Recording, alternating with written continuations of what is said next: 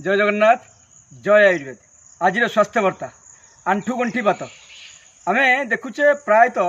40 वर्ष ऊर्ध कि आजिकल 15-20 वर्षर पिलामानंकु आंठुगंठी बात सृष्टि होता पछरे विभिन्न प्रकार कारण अच्छी किंतु तार निराकरण अनेक ये निराकरण को कहवाक जाई मुझे गोटाई कि दुईटा विषय कहि विस्तृत आलोचना तथापि जो मैंने आंठुगंठी बात पीड़ित होती आंठू फुला आंठू दरज आंठू बिंधारे